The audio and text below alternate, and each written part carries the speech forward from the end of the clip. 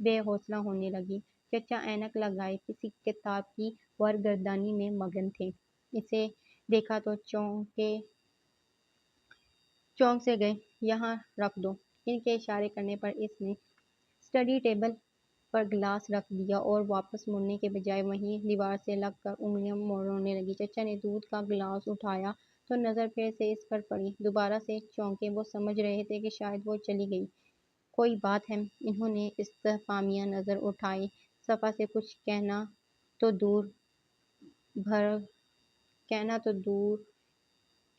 دو بھر ہو گیا۔ چچا کا سر سا انداز اس کی ہمت توڑ رہا تھا۔ جی اسے ہر صورت کہنا تو تھا ہی، بولو۔ چچا وہ سوچ کر آئی تھی کہ وہ روئے گی نہیں، مگر آنسو بالاجازت بہہ نکلے۔ مجھے آپ کا ہر فیصلہ دل سے منظور ہے۔ وہ ہاتھ جوڑے انتہائی منت سے بولی۔ میں سچے دل سے کہہ رہی ہوں، اپنے مرے ہوئے باپ کی قسم کھا کر، میں نے آپ کو نہ تو پہلے کبھی تکلیف دینے کا سوچا ہے اور نہ آئندہ سوچوں گی۔ آپ نے میرے لیے جو سوچا بہتر سوچا، میں اف تک نہیں کروں گی۔ مگر چچا اب مجھے پڑھنے دیں، میری پڑھائی مت بند کریں، صرف مجھے پیپرز تک کی مہلت دے دیں۔ وہ اشکبارتی ہاتھ باندھے ہوئے تھے، زبانی التجا گو تھی۔ چچا کے دل کی زمین ممکن تھی لیکن گیلی ہونے لگی، مگر ان کا چہرہ بے تاثر تھا۔ کب ہے پیپر؟ کل سلپ آ گئی ہے میری، اس ماہ کی 25 کو پہلا پیپر ہے۔ اس نے جلدی سے آنسو پونچھ ڈالے۔ چچا چند ثانیوں تک کتاب کے ورق پلٹتے رہے۔ صفحہ کی جان پر بنی رہی۔ میں نے پہلے بھی کہا تھا کہ میں تمہاری پڑھائی ختم نہیں کروں گا۔ تم پیپرز دے سکتی ہو اور میں راجا سے بات کروں گا، شادی کے بعد بھی تمہاری پڑھائی کے آگے رکاوٹ نہ بنے۔ انہوں نے جیسے اس میں روح سی پھونک دی۔ چچا نے کل تک جان نکال لینے والا فیصلہ کیا تھا، آج اس کی یہ بے زر سی خواہش کیا مان لی، اس کی نظروں میں معتبر سے ہو گئے تھے۔ تھینک یو چچا، ابا تھینک یو۔ بستر پر جانے کے بعد وہ زیر لب کہتی رہی، دل کے اندر اس خوشی کے علاوہ مار دینے والی کسک بھی سر اٹھاتی رہی۔ پر وہ سو گئی۔ اب یوں سوتی بن کر ہی اس نے اپنی زندگی کے سفاک حقائق سے منہ موڑنا تھا۔ اس نے فوراً آنکھیں کھولی تھیں۔ ببلی کا ہاتھ اس کے ماتھے پر تھا اور وہ اس پر جھکی ہوئی تھی۔ اب تو جسم گرم نہیں ہے۔ ہاتھ میں پکڑا یخنی کا پیالہ اس نے تپائی پر رکھ دیا اور خود دوسری چارپائی پر بیٹھ گئی۔ نہیں، اب ٹھیک ہوں۔ وہ اٹھ بیٹھا۔ گزشتہ 4 روز سے بخار میں پھنک رہا تھا، آج طبیعت قدرے سنبھلی ہوئی تھی۔ یخنی پی لو، اگر کہو تو روٹی ڈال دیتی ہوں، اس میں ٹکڑے کر کر کھا لینا۔ ببلی نے پیالے اس کے ہاتھ میں تھمایا۔ وہ پیالہ ہاتھ میں لے کر گم سا ہو گیا۔ یخنی کے لیے گوشت کہاں سے آیا؟ اور پھر اپنی الجھن بتا بھی دی۔ ببلی کھل کر مسکرائی۔ محلے کے جس گھر سے بھی ابا کی فوتگی کے بعد کھانا آیا، انہوں نے خاص طور پر تمہارے لیے یخنی بھجوائی۔ سب کو پتہ تھا کہ تم بہت بیمار ہو اور آج یہ گوشت عزیز چچا کے گھر سے آیا ہے۔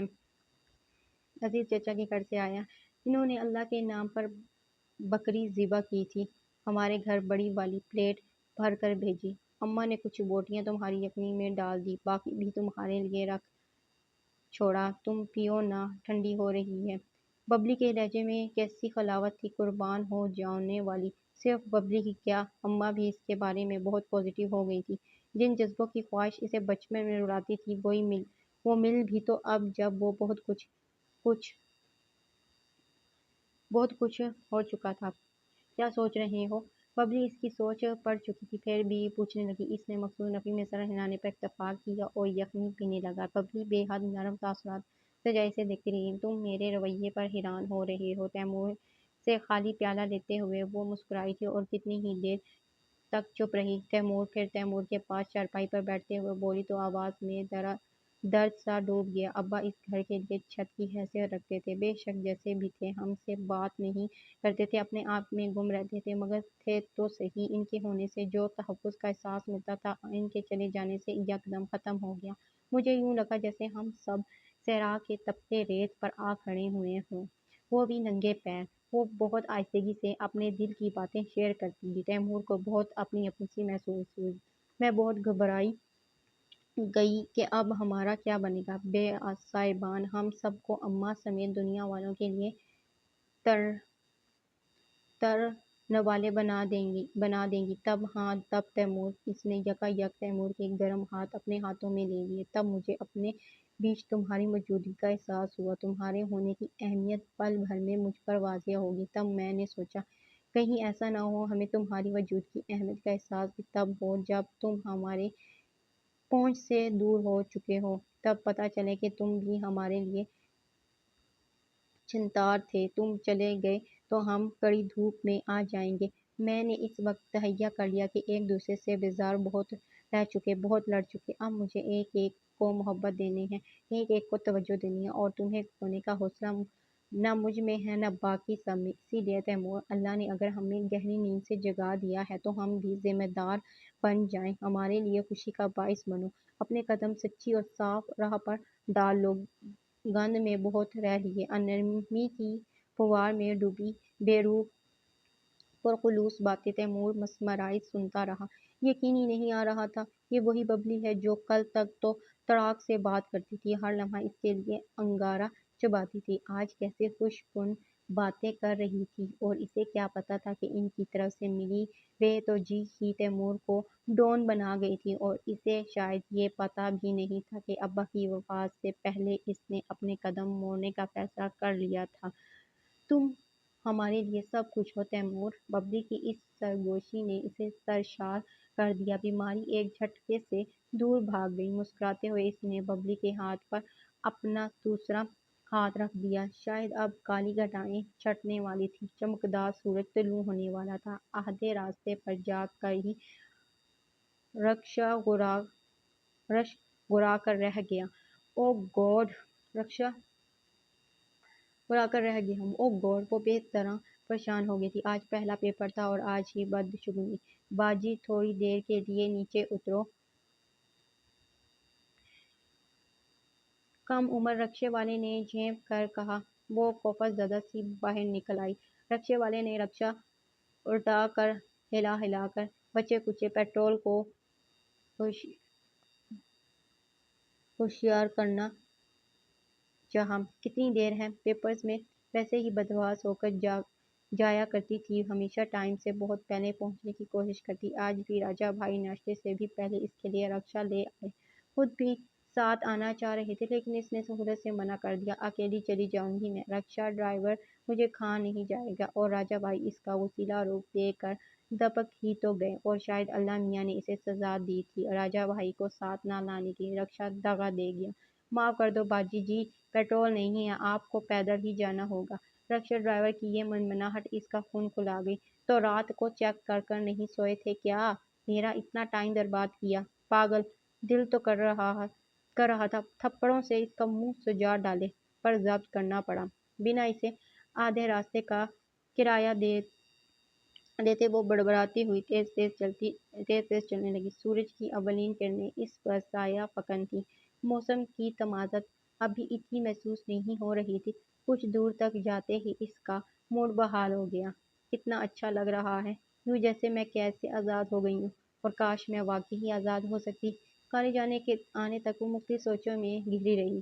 وہ تازگی بھرا احساس کالج آنے تک ساتھ رہا۔ صبح کا یہ ٹائم اسے یوں ہی اپنی طرف کھینچتا تھا۔ کالج کی شکل دیکھتے ہی پیپرز کی ٹینشن سوار ہو گئی۔ آج انگلش کا پیپر تھا اور سب کچھ یاد ہونے کے باوجود بھی اس کا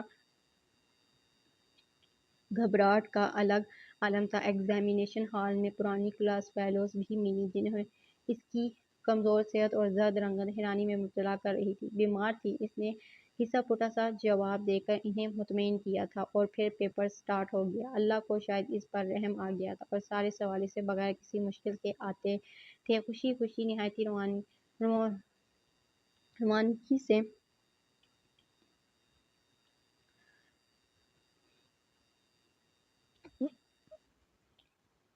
اس نے پیپرز حل کیا۔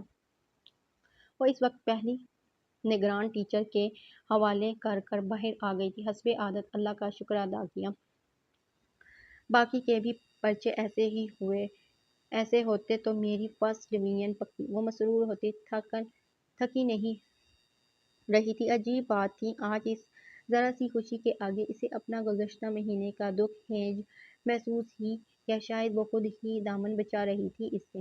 12 بجے ہی کالج کا گیٹ کھل گیا تھا۔ حسب توقع اسے لینے کے لیے کوئی نہیں آیا تھا۔ وہ اکیلے ہی کمر کس کر روانہ ہوئی اور ارادہ یہی تھا کہ آگے سے کوئی رکشہ لے لے گی۔ صبح والی خوشگواریت اس ٹائم مفقود تھی۔ وہ چادر میں ملفوف تیز تیز قدم اٹھانے لگی۔ رکشے سارے یا تو ٹکرائے نہیں یا بھرے ہوئے ملے۔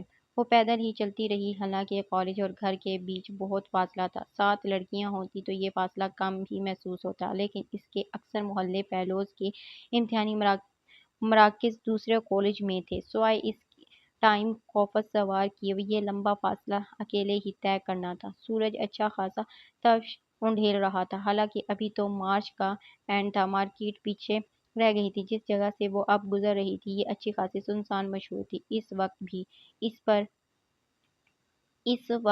اس ایریے سے اکا دکا ہی سواریاں گزر رہی تھیں۔ چچا کو بھی شہر سے اتنا دور گھر لینا تھا۔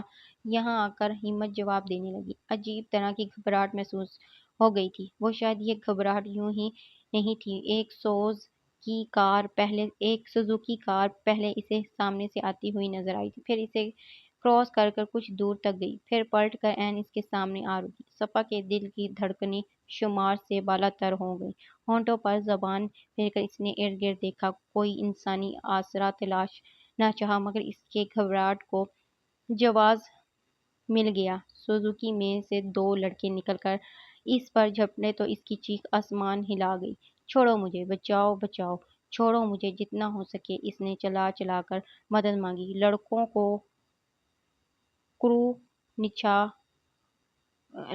کو کرو نچاؤ مارے دانتوں سے کاٹا۔ سڑک پر پیر چپل لیے، لیکن آج کا دن بھی اس کا نہیں تھا۔ لڑکے ہاتھ آئی تو دولت وہ بھی مفت کی کیسے جانے دیتے۔ گھسیٹ کر اسے سوزوکی کے پچھلے دروازے سے اندر پٹکا۔ وہ دروازے کو پکڑ کر باہر نکلنے کے لیے زور آزمائی کرنے لگی، لیکن اندر موجود ایک اور لڑکے نے زناٹے دار تھپڑ اس کے ہونٹ ہی پھاڑ دیا۔ اگلے چند منٹوں تک اس علاقے سے سوزوکی یوں غائب ہوئی جیسے آئی ہی نہیں تھی۔ ایسا ہو سکتا ہے نا کہ میں نے جان لیا ہو تجھے تیری ذات کی گہرائی تک، تیرے محض سے لے کر تیری تنہائی تک۔ ایسا ہو سکتا ہے نا کہ میں نے بہت کرب سہا ہو تیرے ستم سے لے کر تیری مسائی تک، اور ایسا بھی تو ہو سکتا ہے کہ تجھے کوئی دکھ نہ ہو میرے ملنے سے لے کر میری جدائی تک۔ اس دشمن جان کی یاد اکیڈمی کا گیٹ دیکھتے ہی جھانپے سے واردگی ہوئی اور وہ وہیں مجسم سا بن گئی۔ کتنے دن، کتنے پل بیت گئے تھے، وہ خود ہی نہیں، اس کی یاد بھی دل کے کسی پوشیدہ خانے میں جا سوئی تھی۔ اب سرے راہ ہی ایسی یاد آئی کہ وہ جادو کے زیر اثر پتھر کا ہو گیا۔ خیر تو ہے اکیڈمی، اس وقت تو بندہ ہے، کوئی پڑھاتا ہے تمہارا یہاں؟ اسد کے کندھے ہلانے پر حواس جگہ پر آئے۔ سر جھٹک کر اس نے گویا اس یاد کو بھی فی الحال جھٹکنا چاہا کہ جو دماغ پر ہی چھا گئی تھی۔ میرا نہیں تو، میں تو بس ایسے ہی۔ اس کے گڑبڑانے کو اسد نے معنی خیز نظروں سے دیکھا۔ تو پھر یوں جم کے کیوں کھڑے ہو گئے ہو؟ اب وہ کیا بتاتا کہ کیوں جم گیا تھا؟ یہاں تھی ایک روح کو بے قرار کر دینے والی، اتا پتا دیے بغیر گم بھی ہو گئی تھی۔ چلو کھانا کھاتے ہیں کہیں۔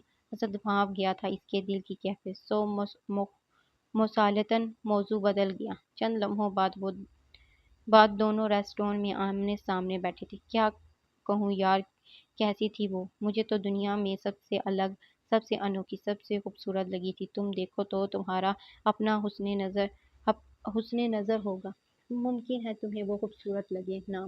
پہلی بار وہ مجھے پارک میں نظر آئی تھی، بہت اداس، بہت افسردہ سی۔ مجھے اس کی آنکھوں نے محصور سا کر دیا تھا، بے حد پیاری اور بے حد گہری، آج تک میرے دل پر نقش ہے۔ شاید مجھے اس کی آنکھیں اسی لیے بھی اچھی لگی کہ ان میں اداسی بھری ہوئی تھی، دکھ جھانک رہا تھا۔ مجھے وہ اپنے آپ سی لگی۔ پارک میں ہی مجھے پر اشکار ہوا کہ وہ خواہ مخواہ ہی میرے دل میں گھس گئی ہے۔ اس کے بعد وہ مجھے اکیڈمی جاتی ہوئی نظر آئی۔ مجھے یوں لگا جیسے اللہ خصوصاً اسے میرے ہے مجھے اس راستے میں لا رہا ہے۔ میں دل کے ہاتھوں مجبور اس کے پیچھے جانے لگا۔ کھانا دونوں کے سامنے آ چکا تھا، وہ دونوں ہی اس کو بھلا چکے تھے۔ بالکل اچانک ہی کسی خاص جذبے سے زیر بار ہو کر وہ دھیمے سروں میں اپنی داستان دل گوشہ گزار کر رہا تھا، جسے اسد نہایت دلچسپ اور شرارت سے سن رہا تھا۔ اس پر جو نرمیاں، جو رنگ تیمور کے چہرے کا احاطہ کیے ہوئے تھے، وہ اسے حیران کر گئے۔ غضب کا حسین لگ رہا تھا وہ۔ بس پیچھے ہی جاتے رہے یا کچھ بات بھی کی؟ اس نے توقف کیا تو اسد نے جلدی سے پوچھا، بہت بے وقوفانہ انداز میں کی۔ اپنی پہلی باضابطہ ملاقات یاد کر وہ ہنس دیا، کسی سڑک چھاپ لفنگے جیسے۔ وہ یقیناً مجھ سے مایوس ہوئی تھی۔ غلط کیا نا؟ جب دل آ گیا تھا تو تب انسان کے بچے بن کر ملتے، دل تو خوش ہوتا۔ اسد کے ڈپٹنے پر وہ ایک بار پھر ہنسا۔ دل تو بہت خوش ہوا تھا، غصے میں بھی وہ دل کو اچھی لگ رہی تھی۔ مائی گاڈ! اسد کی ہنسی تھمنے کا نام نہیں لے رہی تھی۔ مجھے یقین نہیں آ رہا ہے تیمور، تم جیسا پتھر دل سیریس بندہ بھی یہ ترقی کر سکتا ہے۔ کیوں؟ میں انسان نہیں ہوں کیا؟ تیمور نے شوخی دکھائی۔ اسد کا قہقہ نکل گیا۔ مان گئے، تم جیسا کوئی نہیں، ہر کام حیران کر دینے والا کرتے ہو۔ اچھا یہ بتاؤ، تمہاری پلٹن کو پتہ ہے اس بارے میں؟ اسد کا اشارہ اس کے دیگر دوستوں کی طرف تھا۔ نہیں، نہ ہی پتہ چلنے دوں گا۔ وہ فوراً سنجیدہ ہو گیا تھا۔ میں نہیں چاہتا یار اس کے بارے میں میری پیٹھ پیچھے یہ لوگ گھٹیا باتیں کریں۔ وہ تو ٹھیک ہے، لیکن سارے ہیں تمہارے ساتھ مخلص۔ اسد کی بات میں کوئی مغالبہ نہیں تھا، وہ سب اس پر جان دیتے تھے۔ کھانا شروع کرو اور یہ بھی بتاؤ اس تک پہنچو گے کیسے؟ پہنچنا مشکل تو نہیں تھا، لیکن اب وہ آ نہیں رہی، پتہ نہیں کیوں۔ وہ قدرے مایوس سا نظر آنے لگا۔ چلو منہ نہ لٹکاؤ، تم نے خود ہی تو کہا تھا کہ اللہ تم دونوں کو ملانے کے لیے ایک دوسرے کے راستے پر ڈال دیتا ہے۔ دیکھنا وہ اب بھی اچانک ہی تمہیں مل جائے گی۔ اسد کی شگفتگی سے کہی بات کے آخر میں اس نے خود صادق دل سے آمین کہا تھا، لیکن وہ مجھ سے بدظن ہو چکی ہوگی، اسے میرے بارے میں پتہ چل گیا ہے۔ چکن کڑھائی کی جانب متوجہ ہوتے ہوئے ایک اور بات تشویش زدہ کر گئی۔ اسد نے پہلے تو اسے نافہم انداز میں گھورا، پھر ہنس دیا۔ جو اسے پتہ چلا وہ ڈون کے بارے میں پتہ چلا ہے، جبکہ تم تیمور ہو۔ تیمور اب سے 1.5 گھنٹہ پہلے تم میرے ابو کی فیکٹری میں نوکری کے لیے ان سے میٹنگ کر چکے ہو، اور ٹھیک تیسرے دن تم فیکٹری کی نئی زندگی سٹارٹ کرنے جاؤ گے۔ دیکھو تیمور، جتنی خوشی مجھے اور ابو کو تمہاری یہ نیا روپ دیکھ کر ہوئی ہے، اس سے بھی زیادہ خوشی تمہاری ماں اور بہنوں کو ملی ہوگی۔ یعنی اپنی ذمہ داری پہچان کر تم نے اتنے لوگوں کو خوش کیا کہ نیکی کمائی۔ اس نیکی کا صلہ تمہیں اللہ اس لڑکی کے دل میں محبت ڈال کر ضرور دے گا، مجھے یقین سا ہے۔ اسد کمال کا بندہ تھا، نہ خود پریشان ہوتا تھا، نہ سامنے والے کو کرتا تھا، اور اس کے لیے تو وہ ہمیشہ سے ہی پریشانی سے نکالنے والا فرشتہ ثابت ہوا تھا۔ انشاءاللہ، مسکراتے ہوئے اس نے سرگوشانہ لہجے میں کہا۔ اور اب پلیز ڈگمگانا مت، چھوٹے سے چھوٹا گناہ بھی عذاب الہی کا باعث بنتا ہے۔ تم چھوٹے گناہوں کی طرف بھی پھر سے راغب ہوتے، ڈرنا کہ اب تمہاری زندگی کا سکون، خوشیاں اور آسودگی سب تمہارے اپنے ہاتھ میں ہے۔ اسد کسی بزرگ کی طرح نصیحت کرتا اسے بالکل بھی برا نہیں لگا۔ ایک حد تک وہ اپنے دل میں اللہ بزرگ اور برتری کا مشکور ہو رہا تھا کہ جس نے اسے ساقی، کامی اور ویس جیسے راہ بگاڑنے والے دوست دیے تھے، تو اسد بھی دیا تھا روشن راہ کی جانب رہنما کرنے والا۔ تم تو بڑے کام کی شے ہو، میں تمہیں ایویں ہی بے وقوف سمجھتا رہا۔ دل اور دماغ ہلکے پھلکے ہو گئے تھے۔ چکن کڑھائی کو عزت بخش کر وہ مسکرا کر بولا تو اسد نے نتنے پھلا لیے۔ مجھے خود کو بھی یہی شک تھا کہ میرا مقام تمہاری نظروں میں یہی ہے۔ دل کو تکلیف تو بہت ہوتی تھی، لیکن مجھے یقین بھی تھا کہ تم ایک دن لوٹ کر میرے پاس آؤ گے۔ آخر فقرہ، اسد نے فلمی انداز میں کہا تو تیمور کھل کر ہنسا، اور میرا یقین تو سچ ثابت ہوا تو تم بولی ہو یار۔ تیمور کی ہنسی ابھی بھی جاری تھی۔ شاباش، اب پہچانا، مجھے اپنی نئی زندگی کے لیے مفت مشورے کبھی بھی طلب کر سکتا ہوں۔ اسد بھی موڈ میں آ گیا تھا۔ تیمور نے بڑے سٹائل سے سر تسلیم خم کیا۔ 11 بجے وہ اس ریسٹورانٹ سے باہر نکلے تو رات چاندنی کے بنا سیاہ پن پھیلائے ملی۔ آج ابا کی وفات کا غم اندر ہی دفن کر کر وہ نئے تیمور بننے کے لیے سرگردان ہوا تھا، اور آج ہی محسوس ہوا کہ جتنی محنت انسان جہنم کمانے میں کرتا ہے، اس سے کم محنت جنت کمانے کے لیے کرنی پڑتی ہے۔ اگر دل سے ارادہ کیا جائے تو وہ مغرب کے بعد سے اسد کے گھر تھا۔ اس کے ابو نے خوش دلی سے اس کی ریکویسٹ قبول کی تھی، ساتھ ہی اسے مفید مشورے بھی دیے تھے۔ وہ بھی جوان ہے، آگے پڑھائی جاری رکھ سکتا ہے۔ ساتھ ہی انہوں نے اسے ایم اے کرنے کی جانب بھی راغب کیا تھا، جسے اس کے دل نے بنا پیش و پش کے مان لیا تھا۔ وہاں سے اٹھ کر وہ اسد کے ہمراہ یہاں کھانا کھانے کیا آیا، اپنے آپ کو یہیں عیاں کر بیٹھا۔ حیرت انگیز حد تک وہ داستان محبت میں کسی کو ہم راز بنانے کے بعد ہلکا پھلکا سا ہو گیا تھا۔ اسد کو اس کے گھر چھوڑنے کے بعد وہ اپنے گھر کے لیے روانہ ہی ہوا تو 11:30 بج چکے تھے۔ جی تو ہم اس کو یہیں پہ سٹاپ کرتے ہیں، باقی کا ہم نیکسٹ پارٹ میں کمپلیٹ کریں گے۔ مجھے اپنی دعاؤں میں یاد رکھیے گا۔ اللہ حافظ۔